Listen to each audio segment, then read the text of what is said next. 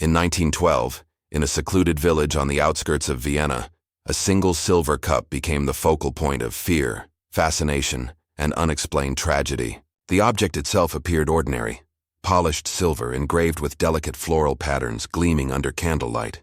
Yet those who approached it reported sensations that defied logic. A subtle warmth radiated from the cup, though no flame had touched its surface. Some guests at the private gathering felt as though unseen hands had brushed against theirs. Others described fleeting shadows flickering in peripheral vision, disappearing whenever they turned to look. Within days, a handful of attendees fell gravely ill, exhibiting symptoms that confounded local physicians: nausea, dizziness, inexplicable fevers, and a tremor that seemed to ripple through the entire body. Attempts at rational explanation faltered, leaving room for speculation and dread to settle like a shadow over the village. Clergy spoke of ancestral curses, invoking sins buried long ago, while scientists and skeptics suggested contamination, toxic herbs, or a psychosomatic outbreak fueled by fear. Rumors spread rapidly. Neighbors whispered about the cup as if it were alive, capable of judgment or vengeance. The chilling contrast was unmistakable. An elegant gathering intended for celebration and social bonding had become the stage for invisible menace. The cup, a vessel of communion and refinement, transformed into an object of latent malevolence, a symbol of the unknown forces lurking beneath human perception. Psychological tension dominates the narrative, the human mind balancing disbelief with fear, reason with superstition, and curiosity with self-preservation. Some villagers refused to touch the cup, yet even proximity seemed enough to provoke unease, as if the object carried a presence beyond its material form. Eyewitness accounts, fragmented and contradictory, recount subtle premonitions: doors closing on their own, the flicker of candle flames, whispers of voices no one recognized. Whether these were the effects of a supernatural force, collective anxiety, or clever manipulation remains unproven. By juxtaposing outward normalcy with the uncanny, the introduction frames a story that is as much about human perception as it is about a mysterious artifact. The village, its traditions and its inhabitants become characters in a larger psychological drama where certainty is impossible. Ritual and ceremony, designed to reinforce community and civility, clash with fear and suspicion, creating an atmosphere in which imagination and reality intertwine. This opening establishes the central tension. Was the silver cup truly cursed, a tool of deliberate malice, or merely the projection of a frightened community's collective psyche? Viewers are immediately immersed in a narrative where folklore, science, and human curiosity converge, and the question of truth remains tantalizingly unresolved, leaving a haunting impression that will echo throughout the story. The village of Altenburg lay cradled in the shadow of the snow-capped Alps, its timbered cottages clustered along cobblestone lanes, smoke curling from chimneys into a gray-blue sky. Life here in 1912 was both simple and insular, bound by centuries-old traditions, local superstitions, and an unspoken hierarchy that dictated every social interaction. Children learned early whom to trust and whom to avoid. Families kept meticulous records of debts, favors, and slights. In such a community, appearances were paramount. To be seen as generous, honorable, and upright was to be accepted.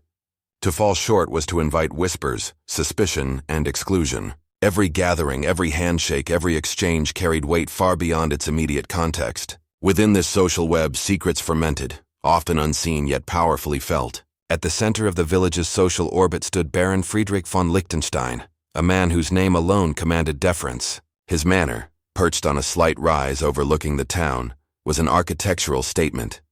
Steep gables, intricate woodwork, and windows that reflected candlelight like liquid gold.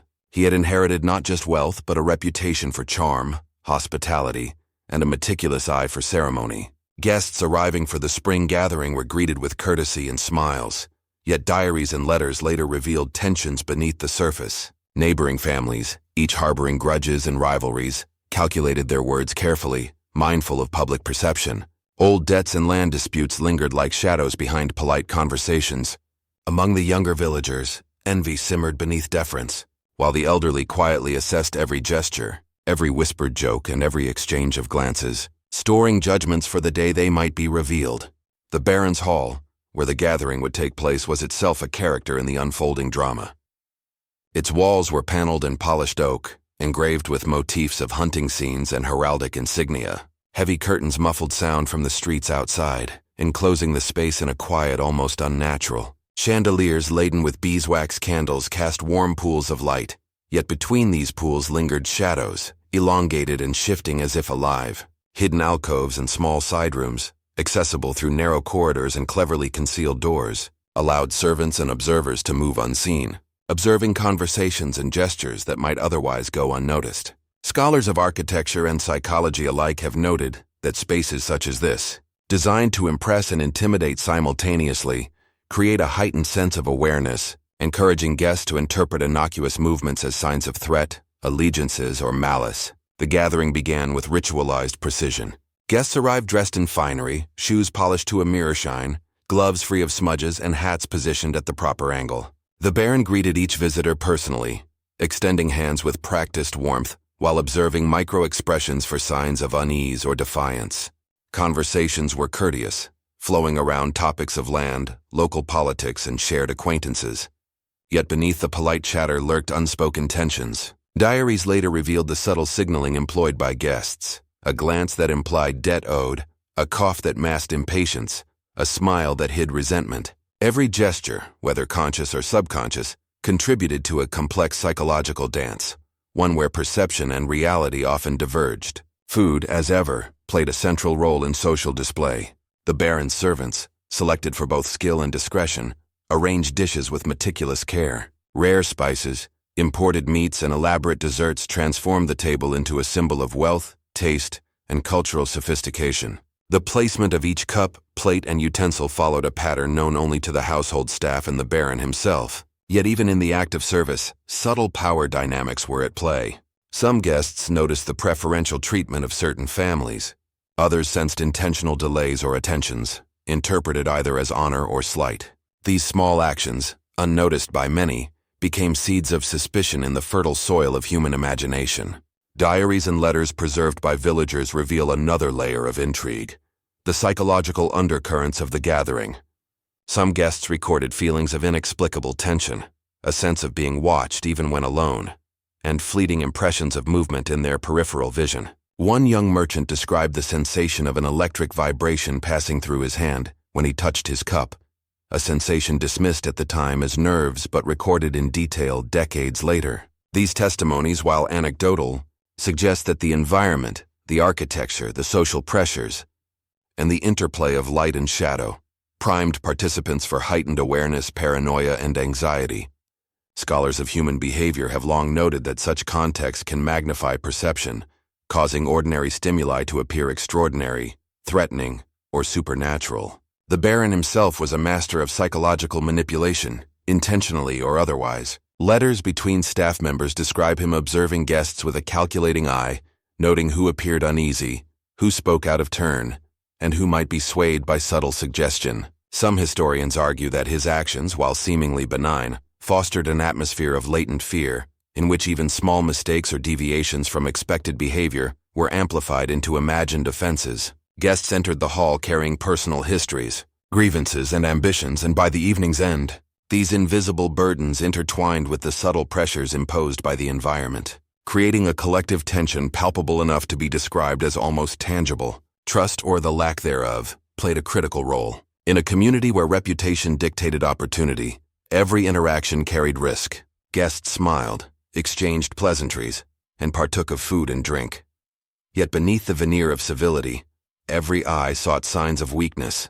Every ear listened for betrayal. Old feuds between families were recalled in hushed murmurs. Whispered alliances and discreet threats circulated among the tables. The intricate choreography of social interaction, combined with the charged atmosphere of the Baron's hall, created a psychological pressure cooker in which even the most trivial slight could be misinterpreted as a portent of greater danger. The night's ceremony, the prelude to the cup's deadly influence, was steeped in layers of meaning. Candles were lit in precise order, seating arrangements followed unspoken rules, and each gesture, toast, or word of praise reinforced hierarchy and authority. Some guests interpreted the meticulous attention to detail as a mark of respect and tradition.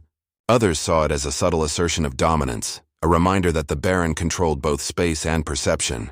The duality of perception versus reality, ritual versus improvisation, civility versus ambition, dominated the evening. Historians examining these events note the interplay between architecture, social hierarchy, and psychology as key factors in setting the stage for the cup's eventual appearance and influence. In small insular communities, social cues are magnified. The weight of expectation, fear of reputation loss, and awareness of long-standing rivalries produce a heightened state of vigilance.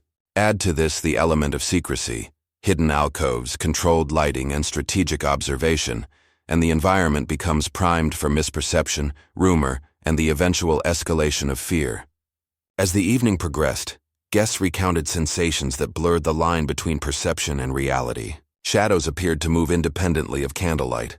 Soft whispers seemed to emerge from empty corners, and the cup, presented as a final ceremonial object, radiated a warmth that defied explanation. Whether these experiences were the result of environmental factors, psychosomatic responses, or a combination of subtle manipulation and superstition remains a matter of debate. The stage was now set. Human ambition, architectural tension, and psychological pressure had converged, creating conditions in which fear, curiosity, and speculation could take root. By reconstructing the village, the social dynamics, and the atmosphere of the gathering, this section establishes the physical, psychological, and cultural context necessary to understand how the cup's influence would later unfold. It demonstrates how perception, superstition, and subtle human manipulation can transform an ordinary social gathering into a scene of suspense, dread, and eventual tragedy. In Altenburg, in the shadow of the Alps, the interplay of civility, ambition, and latent fear created fertile ground for a story that would haunt the village, the Baron's legacy, and the observers for generations to come. The silver cup rested at the center of the Baron's oak-carved table, a vessel that seemed ordinary at first glance, yet radiated a presence that unsettled all who approached it. Its surface gleamed in the candlelight, but closer inspection revealed intricate engravings, obscure sigils, spirals, and cryptic motifs that hinted at centuries of family history, superstition, and ritual. Generations of von Liechtensteins had owned the cup, passing it down through inheritance, alongside whispered warnings and tales of mysterious occurrences. Local legend held that the cup had been present at ceremonies that concluded in illness, conflict, or unexplained death. By the night of the gathering, this lore had fused with the collective memory of the village, an undercurrent of unease waiting to surface. Guests approached the cup with a mixture of reverence, curiosity, and trepidation. Some, instructed by tradition or the Baron's insistence, touched its surface, feeling a warmth that seemed incongruous with its silver composition. Others recoiled, instinctively perceiving an unnameable threat. Eyewitness diaries later described a tingling sensation running through the fingertips, a fleeting perception of movement within the cup's reflections, and shadows that flickered independently of the candlelight. Scholars suggest these experiences can be framed as early psychosomatic responses, heightened attention, anticipation, and fear amplified by social pressure and historical narrative. Yet contemporaneous accounts insist on something more. The cup appeared to react to observation, almost as if sentient. The initial exchange of the cup was ceremonial. Guests were instructed to drink in turn, toasting to health, prosperity, and familial unity. The first sip seemed unremarkable, and laughter briefly punctuated the air. Yet subtle signals began to accumulate. One witness noted that the flame of the nearest candle wavered without draft. Another described the sensation of heat rising along the spine. These minor anomalies, trivial in isolation, were amplified by the charged atmosphere. Social psychologists later theorized that collective expectation can shape perception, making the extraordinary seem tangible. Here, the intersection of inherited superstition, architectural tension, and communal anxiety primed participants to interpret the ordinary as sinister. Within minutes, the cup's influence, or perceived influence, manifested in alarming physical symptoms. Guests began to complain of nausea, lightheadedness, and dizziness. A merchant clutched his stomach and staggered toward a side corridor. A young woman's lips turned pale, her eyes wide with terror. Fever and delirium followed quickly, spreading in a pattern that some interpreted as inexplicable coincidence, while others feared deliberate malevolence. Letters recovered decades later provide fragmented testimonies. "A sudden heat filled my chest," wrote one attendee. "The cup burned, though untouched by fire. I shivered and fell to my knees." Another recounted, Shadows danced upon the walls, yet the candles flickered not. I could feel something pressing against my mind, a silent presence urging despair. The repetition of such experiences across multiple accounts suggests both shared environmental triggers and a collective psychological reaction intensified by fear, expectation, and the rituals surrounding the cup. The Baron himself remained composed, yet his behavior contributed to the unfolding tension. Witnesses described him observing guests with a clinical detachment, occasionally offering cryptic assurances or subtly adjusting the cup's placement. Some historians argue that his actions, whether intentional or instinctive, amplified the sense of unpredictability, creating conditions in which small physiological responses could escalate into panic. The combination of ritualistic framing, social hierarchy, and individual predisposition to anxiety produced an environment ripe for psychosomatic amplification. Guests' nervous systems, primed by anticipation and reinforced by visual cues, interpreted ordinary bodily sensations as extraordinary, possibly supernatural phenomena. Alongside physiological reactions, the cup's symbolic weight exerted profound psychological influence. Its ancestral history, whispered warnings, and ceremonial use created a potent association between object and danger. The human mind, especially within close-knit and tradition-bound communities, is highly sensitive to narrative cues. A story, repeated over generations, can shape expectations and even bodily responses.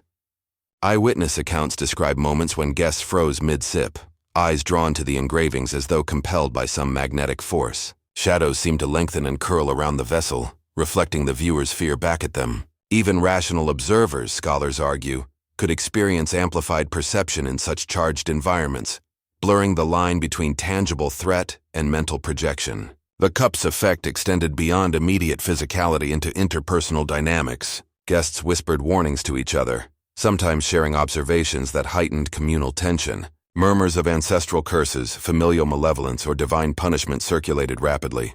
A subtle competition emerged. Who would drink next? Who would show courage or caution? Who would falter first? Social hierarchies were momentarily disrupted, exposing latent rivalries, resentments, and fears. Psychological contrast framed this escalation.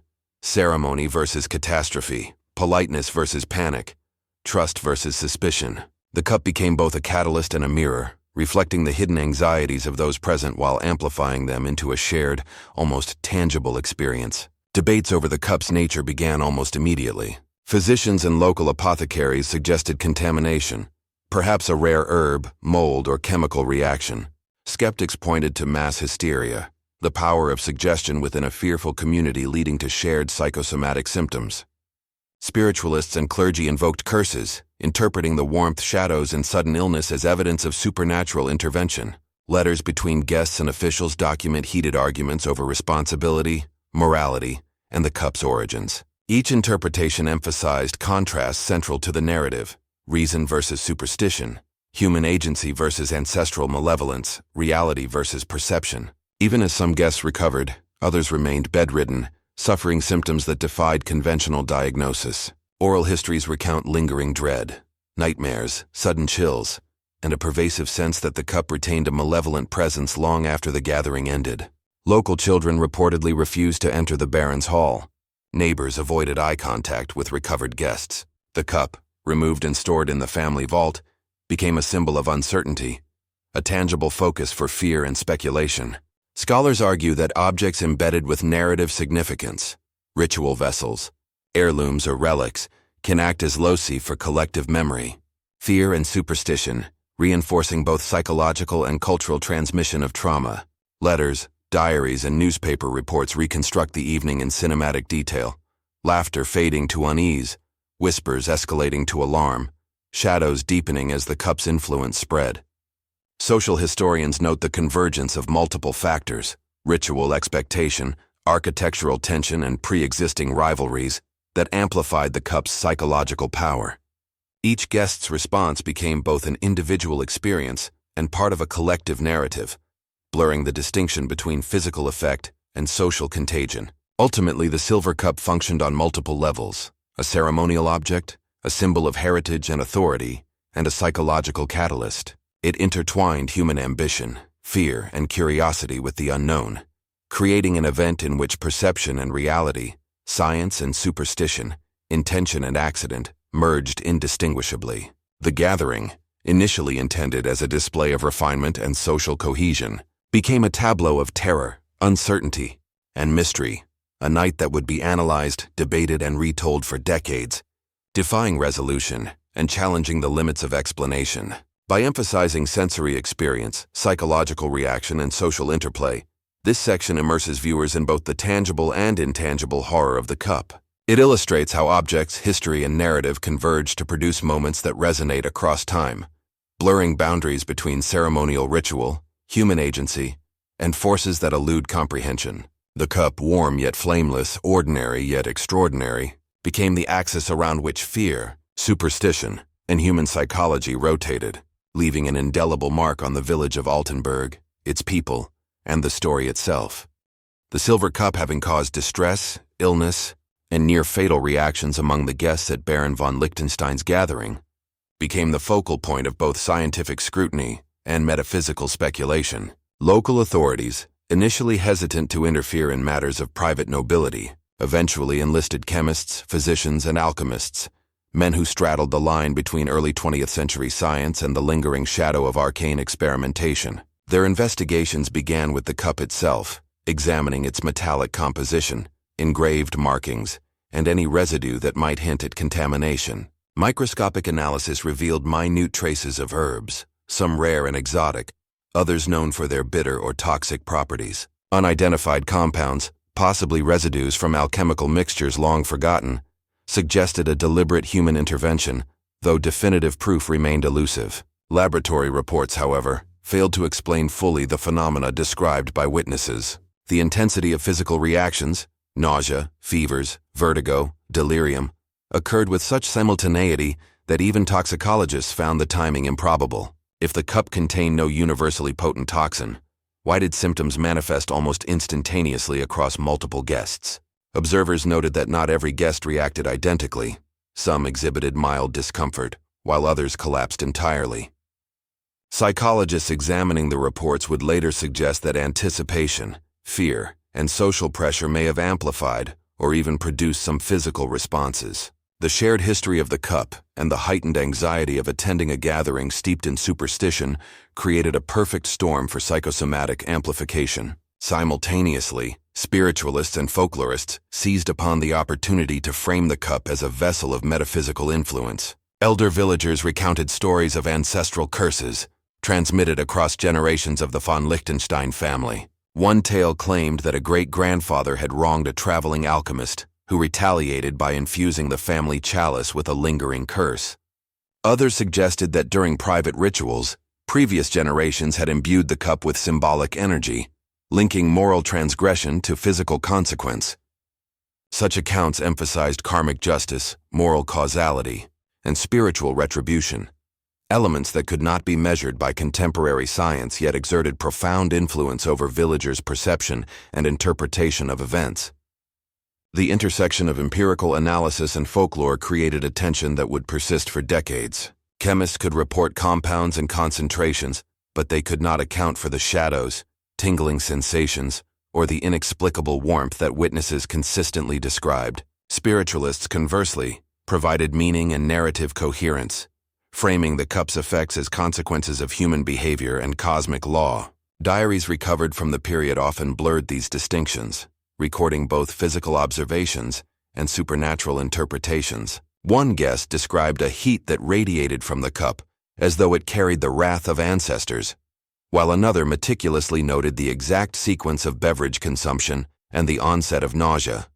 These dual accounts illustrate the contrast framing central to the narrative: empirical reality versus interpreted meaning, reason versus belief. Psychologists analyzing the events decades later emphasized the importance of social dynamics and cognitive expectation. Within the rigid hierarchy of a rural village, the Baron's authority created pressure to conform, observe proper etiquette, and participate in rituals regardless of personal skepticism.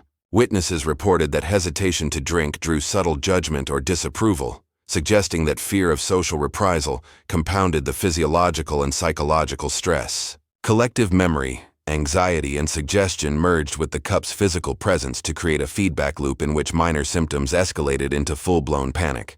The concept of mass psychosomatic response, or mass psychogenic illness, provides one framework to interpret the simultaneity and intensity of reactions without requiring malevolent substances or supernatural forces, yet it cannot fully dismiss the recurring patterns described in multiple sources. The physical evidence alone remained tantalizing but inconclusive. Trace herbs identified in laboratory reports included aconite, belladonna, and lesser-known European plants with documented physiological effects, yet none fully matched the symptom timeline. Residue of metals such as silver, copper, and alloy traces did not explain perceptual anomalies. The cup's engravings, when studied, appeared to follow symbolic patterns associated with alchemy and early occult practices, hinting at ritualistic intent. Scholars argue that the visual and tactile symbolism of the cup, combined with social expectation, likely heightened the guest's response. Objects imbued with cultural and psychological meaning can act as focal points for fear, attention, and psychosomatic reaction, blurring the line between tangible danger and perceptual experience. Folklore, however, offered explanations that science could not address. Stories of ancestral wrath, ethereal guardians, or spiritual contamination circulated widely. Local chroniclers recorded that following the incident, the cup became taboo. Children were warned to avoid it. Visitors were discouraged from touching it, and even clergy sometimes hesitated before handling the object. This institutional reinforcement of fear demonstrates the power of social and cultural frameworks to shape reality. In the absence of clear evidence, humans seek patterns, narrative coherence, and moral causality.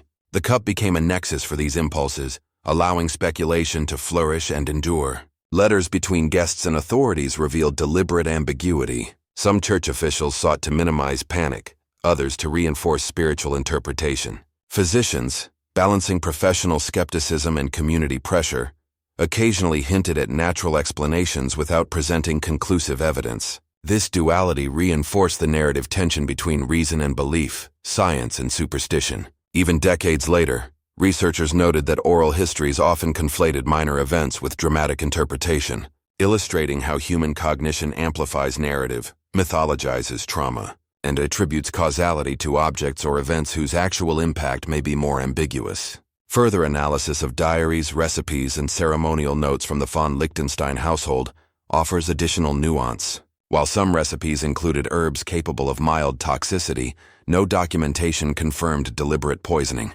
Observers speculate that the cup's historical significance and the charged social environment were sufficient to catalyze fear-induced reactions. Psychological contrast, the coexistence of skepticism and dread, emerged as a central theme. Rational inquiry and superstition were not mutually exclusive.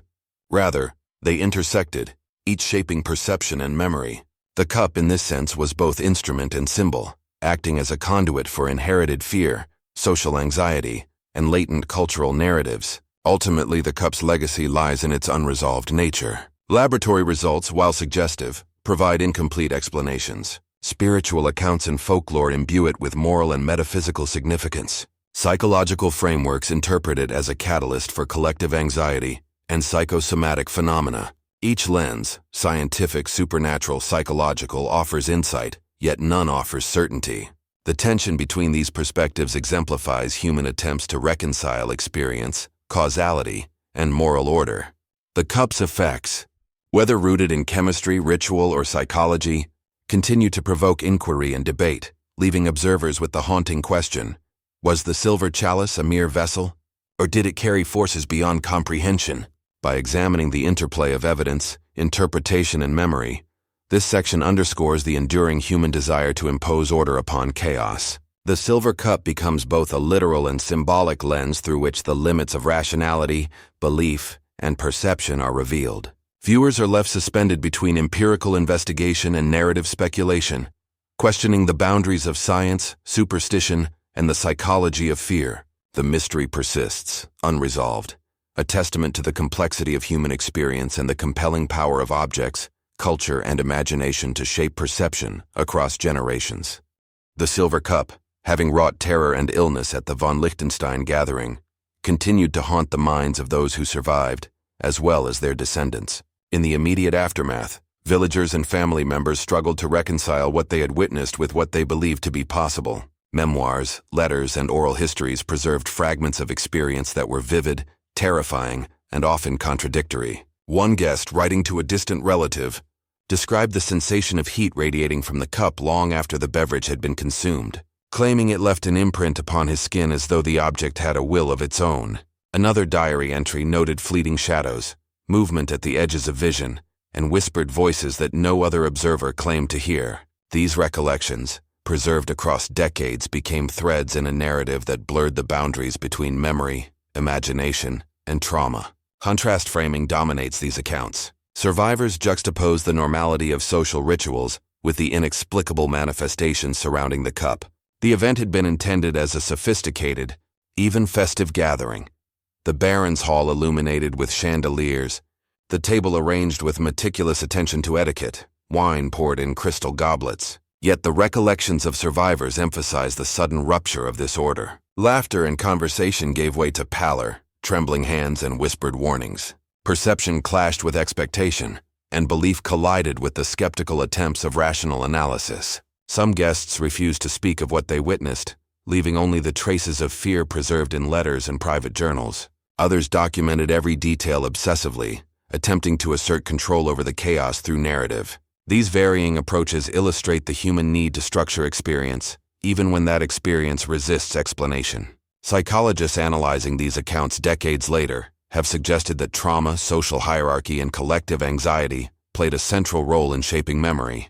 The villagers were part of a tightly knit, socially stratified community, in which reputation, family honor, and adherence to cultural norms weighed heavily upon daily life. Any disruption, particularly one involving illness or apparent danger, could amplify collective fear, creating feedback loops in which anxiety reinforced physical and psychological response. The cup, imbued with centuries of family lore and occult symbolism, acted as a focal point for these anxieties. The body of evidence suggests that perception, expectation, and suggestion intermingled with actual physical reactions, producing memories that were both vivid and malleable. The lingering warmth, apparitions, and sensations reported by survivors may have been intensified by these psychosocial dynamics, yet they were experienced with the full weight of reality. Oral histories recorded in the decades following the incident reveal how the story evolved as it passed between generations.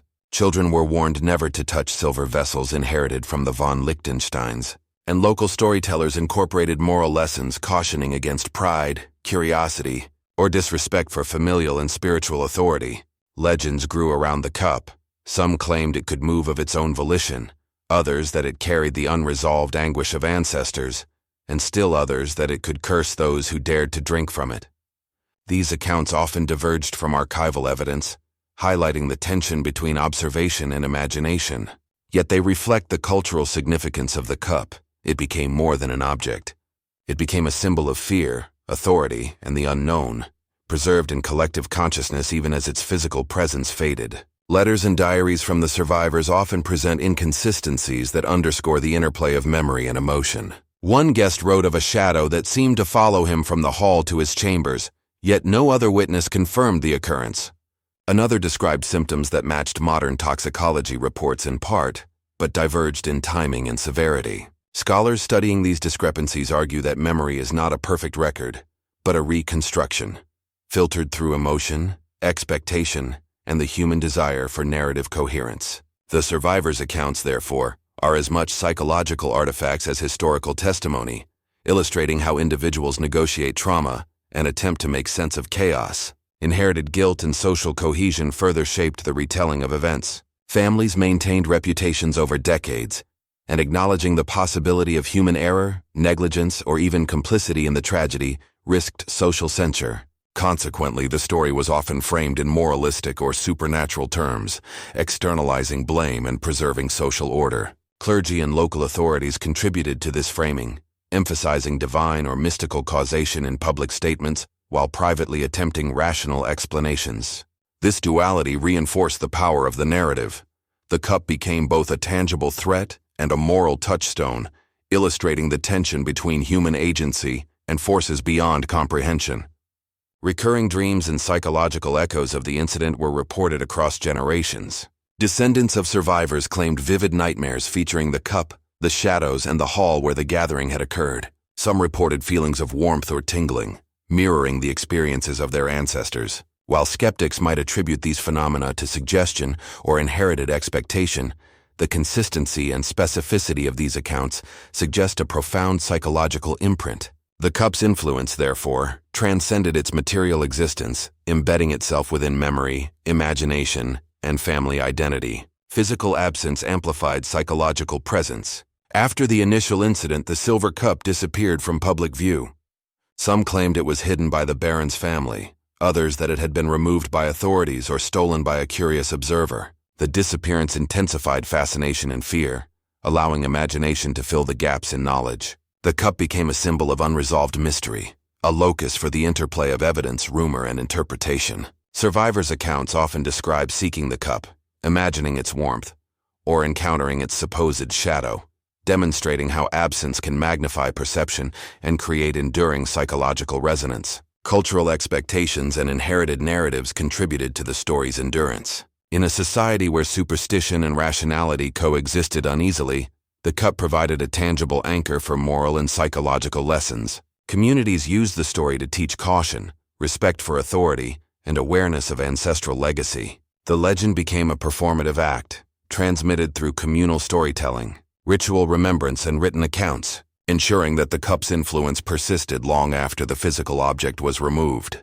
Scholars studying these transmissions note that such objects of power, whether real or symbolic, retain influence through the human mind, shaping perception and behavior across generations. The convergence of perception, memory, and imagination in survivors' accounts highlights a critical tension: reality versus interpretation. Eyewitness testimony, letters, and diaries provide glimpses into concrete experiences, yet these must be weighed against the interpretive lens of fear, expectation, and cultural narrative. By juxtaposing archival evidence with oral histories, this section illustrates how trauma and mystery are encoded in memory, producing a story that is simultaneously fact, legend, and moral allegory. The silver cup serves as both agent and mirror, reflecting human anxieties, social structures, and the persistent need to understand what cannot be fully explained.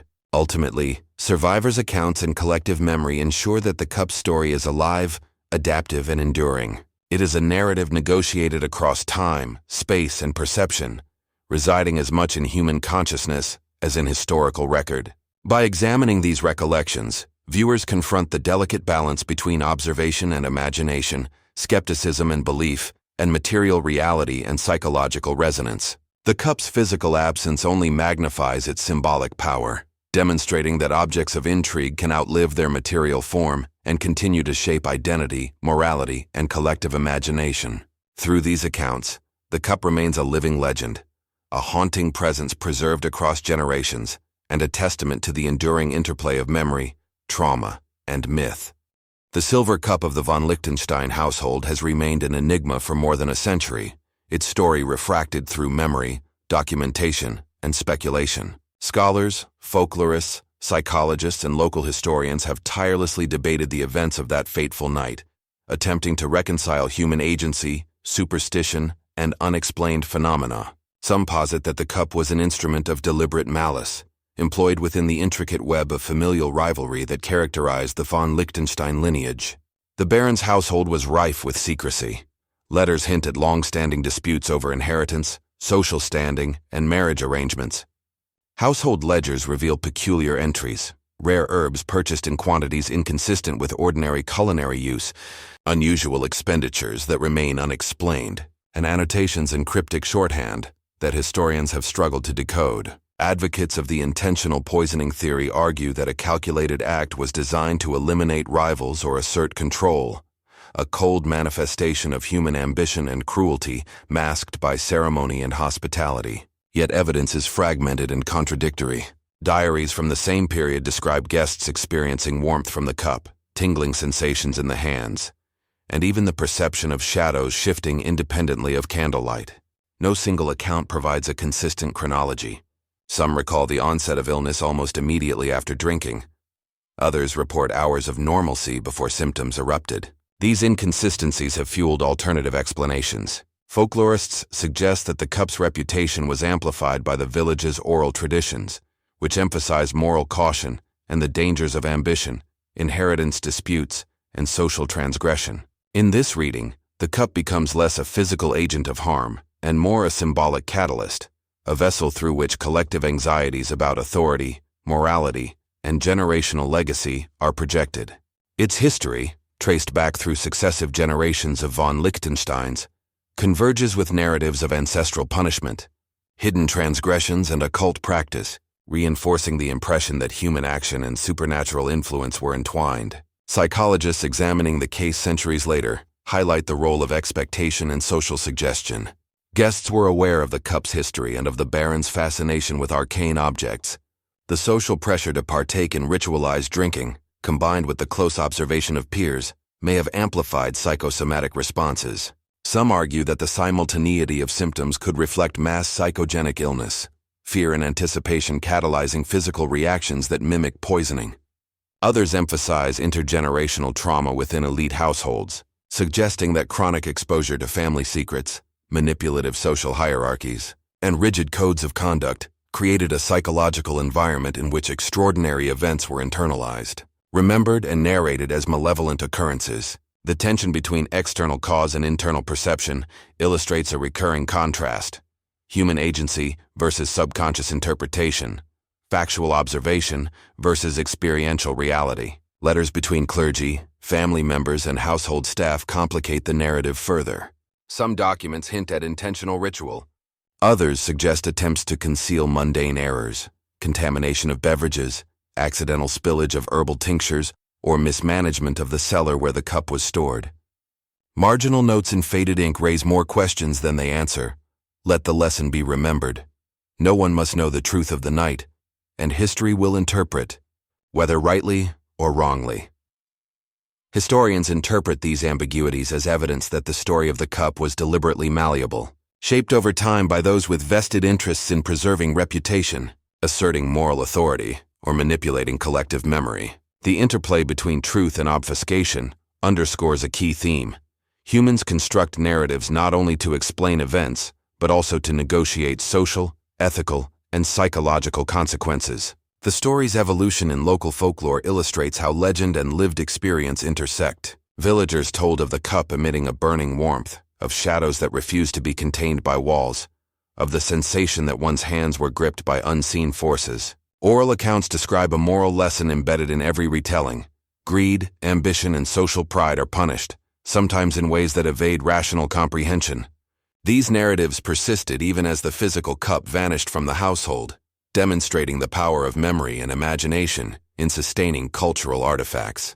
The cup became a symbol, a proxy through which villagers and later historians negotiated questions of morality, inheritance, and human fallibility. By tracing variations of these stories across decades, folklorists identify patterns of cultural transmission, fear, curiosity, and fascination intertwining to maintain the story's intensity and psychological resonance. Scientific inquiry, meanwhile, has contributed its own layer of ambiguity. Laboratory analysis of surviving residues, notes on the cup, and comparable artifacts revealed compounds with no clear explanation, rare herbs, traces of alkaloids and chemicals inconsistent with food preparation of the period.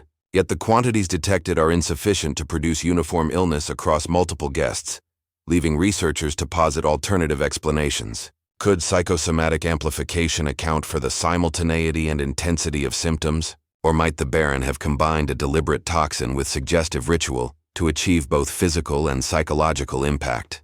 No hypothesis can reconcile all variables, reinforcing the duality central to the story. Human intention versus metaphysical intervention, natural explanation versus supernatural speculation.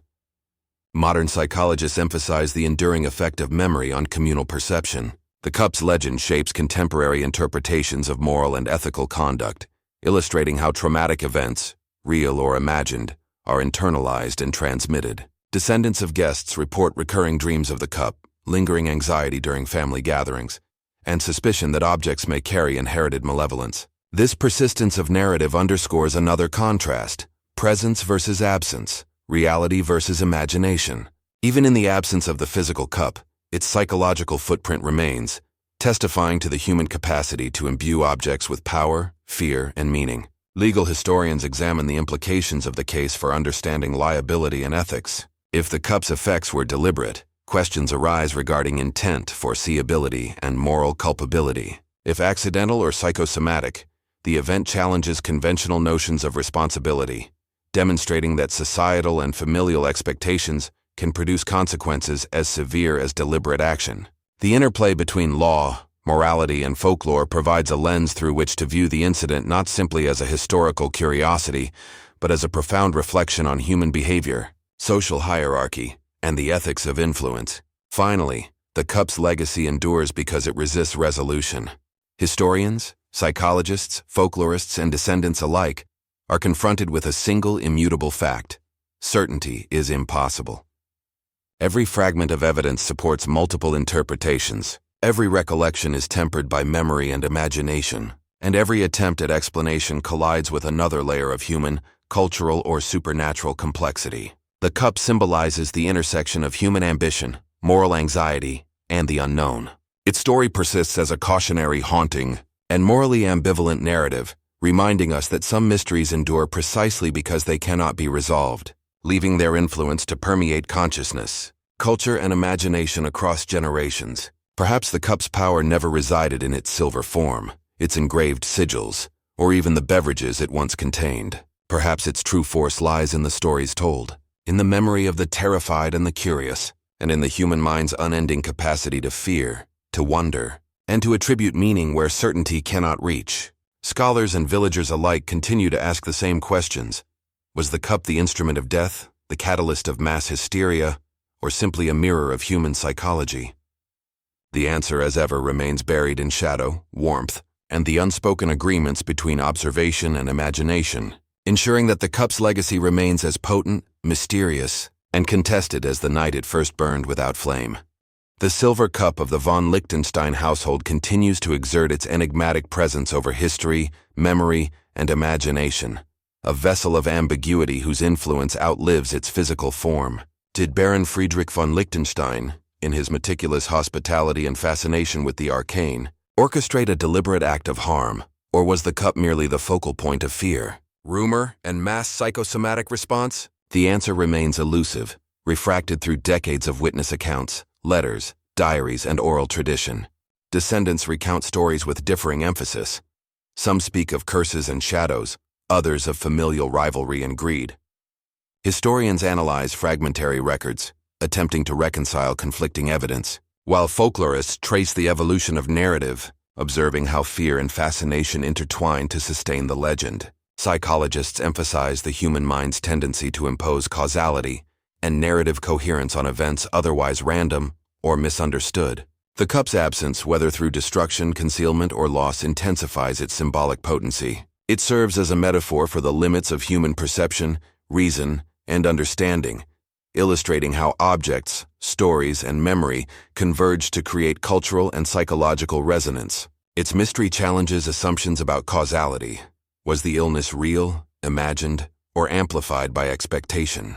Was malevolence human, supernatural, or a combination of both? Each fragment of evidence supports multiple interpretations, leaving scholars, villagers, and casual observers alike suspended in uncertainty. In this unresolved space, the story thrives, compelling reflection on morality, agency, and the human desire to find order in chaos. The narrative also confronts the tension between ritual and accident, ceremony and catastrophe. The ornate gathering, the meticulously prepared beverages, the heightened social attention, all framed a moment of vulnerability in which perception, expectation, and fear could converge. Contrast emerges between civility and latent ambition, innocence and potential malevolence, human intention and forces beyond comprehension. These dualities underscore why the cup continues to fascinate. It embodies uncertainty in both material and psychological terms. The vessel may have been harmless. The effects may have been imagined. Yet the story endures, revealing more about human psychology than it does about physical causation. Ultimately, the silver cup burned not with flame but with human curiosity, fear, and imagination. Its legend persists because it intersects with universal themes: ambition, morality, secrecy, and the unknown. Every retelling, every scholarly debate, every whispered account in village memory rekindles its influence. Viewers and readers are left to navigate the tension between evidence and interpretation, history and legend, reason and imagination. Perhaps the cup's true power lies not in what it did, but in what it provokes. Questions that cannot be answered, fear that cannot be quelled, and fascination that endures across generations. The cup remains a symbol of the unknowable, a haunting reminder that some mysteries are not meant to be solved, only contemplated, and in that contemplation, its fire continues to burn, unseen but inescapable, within human consciousness.